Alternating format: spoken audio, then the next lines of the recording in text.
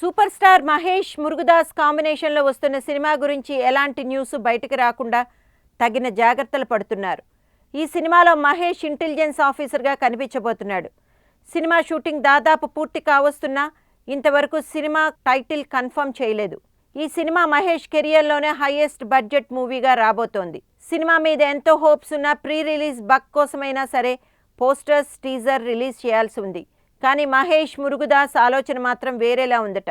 Cinema మొత్తం పూర్తయ్యేదాకా ఎలాంటి update ఇవ్వరని అంటున్నారు. మరి ఇలా అయితే బిజినెస్ ఎలా అని అంటున్నారు విమర్శకులు.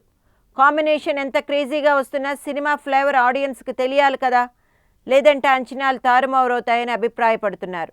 బ్రహ్మోత్సవం తర్వాత కొద్దిపాటి గ్యాప్ ఇచ్చి మహేష్ చేస్తున్న ఈ సినిమాలో కనీసం మహేష్ లుక్ కూడా రివీల్ కాలేదు. అయితే ప్రస్తుతం సంభవామి టైటిల్ ప్రచారంలో ఉండగా ఆ టైటిల్తో మహేష్ అంత కంఫర్ట్ ఫీల్ అవ్వట్లేదని తెలుస్తోంది. ఫ్యాన్స్లో కూడా ఆ టైటిల్పై కాస్త విమర్శలు రావడంతో మళ్ళీ మహేష్ మూవీ టైటిల్ కన్ఫ్యూజన్ మొదలైంది. అందుకే ఈసారి టైటిల్ పెట్టే డెసిషన్ ఫ్యాన్స్కే అప్పచెప్పే ఆలోచనలో ఉన్నాడట మహేష్. తాను అనుకున్న 3, 4 టైటిల్స్ ఫ్యాన్స్ ముందు పెట్టి వాటిలో బెస్ట్ వన్ సెలెక్ట్ చేయమని పోల్ ఏర్పాటు చేస్తారట.